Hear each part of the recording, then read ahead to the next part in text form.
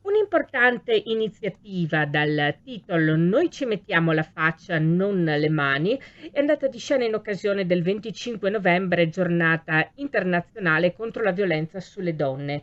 Ne parliamo con Giuseppe Ruzza, presidente del Comitato Regionale Veneto Lega Nazionale Dilettanti FIGC. Innanzitutto, presidente, buonasera e grazie per aver accettato il nostro invito. Buonasera, buonasera a lei, grazie. Allora, Presidente, per prima cosa le chiediamo come è nata questa iniziativa e come è andata? Allora, questa iniziativa è nata grazie all'impegno di una nostra delegata assembleare, nonché vicepresidente di una nostra società del Trevigiano, lo Zero Blanco, Simonetta Baldissera, che ha incontrato l'onorevole Semenzato, che è la presidente della commissione parlamentare contro l'abuso di genere, e quindi abbiamo parlato, ci siamo incontrati e abbiamo detto che è il caso di coinvolgere lo sport, in particolare il calcio, nell'iniziativa, ma non solo in maniera da spot, in maniera temporale, ma proprio con una conferenza stampa diffusa, e di coinvolgere la nostra società. Noi abbiamo pensato in questo senso di creare delle istruzioni, appunto dal titolo "Io ci metto la faccia e non le mani", da esporre in 100 campi sportivi della nostra regione. Abbiamo scelto le società, le abbiamo dovute scegliere con dei criteri oggettivi che a noi sono sembrati quelli delle società che operano come scuola calcio di terzo livello, perché la scuola calcio di terzo livello, tutte le società per carità, ma in Certo. particolare quella di terzo livello, della società che opera come scuola di terzo livello, deve adempiere a determinati compiti che sono propri dell'attenzione nei confronti dei più deboli. Quindi questo è stato fatto da esporre in occasione di gare delle prime squadre. Ecco, se vogliamo trarre un bilancio di questa giornata, com'è andata? Allora, noi siamo soddisfattissimi, non soddisfatti, soddisfattissimi. Avevamo qualche timore perché la partecipazione non è così scontata, lo vediamo anche quando al di fuori dello sport, la partecipazione è sempre meno diffusa purtroppo. E eravamo preoccupati perché di sabato avevamo anche la riunione della consulta, quindi abbiamo detto chissà. E invece la sala si è riempita immediatamente, abbiamo potuto iniziare secondo gli orari stabiliti, e è intervenuta ovviamente l'onorevole Martina Semenzato, che è anche calciatrice del Parlamento, è intervenuto il direttore generale della Serie C Paolo Bedin, è intervenuto il responsabile nazionale dell'area sociale della Lega Nazionale Dilettanti Luca De Simoni, la vicepresidente nonché responsabile regionale dell'area sociale Ilaria Bazzella e il sottoscritto. È stato un momento, ripeto, di partecipazione non solo ed esclusivamente fisica, ma proprio di attenzione nei confronti degli argomenti che sono stati elencati e che sono stati portati all'attenzione. C'è stata, ripeto, attenzione fino alla fine, partecipazione, mi ripeto, e un plauso anche, questo ci ha fatto enormemente piacere, un plauso al comitato regionale che ha accolto subito questa richiesta da parte della Simonetta e della Semenzato.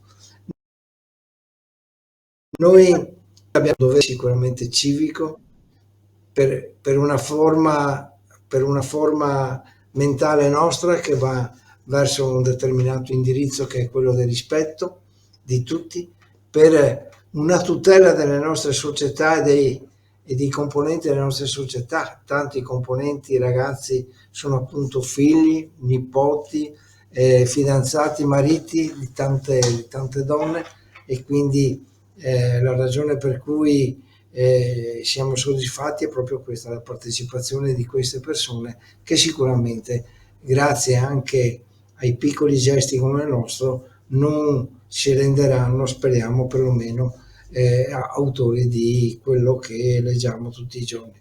Quindi noi abbiamo detto, come calcio, che i gol si fanno se si tira in porta, e per noi quello di sabato è stato un bel tiro in porta e un bel gol. Lei prima ha detto che queste non devono essere iniziative a spot, giustamente, ma quindi un mondo come il calcio, che lei stesso ha definito un mondo maschile e purtroppo a volte maschilista, come può dire la sua? Che cosa può dire e fare, oltre a queste iniziative, per dire concretamente stop alla violenza di genere?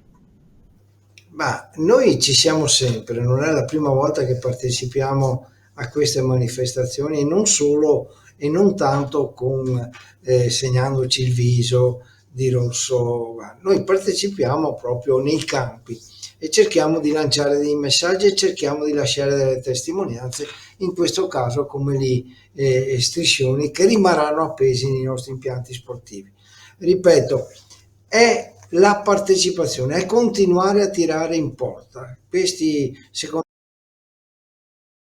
me, se noi dobbiamo insistere, dobbiamo formare le nostre società, soprattutto anche in virtù di un adempimento che è ormai per tutte le società divenuto norma, legge, col decreto legislativo 36 del 2023, che è il safeguarding, la salvaguardia delle persone più deboli.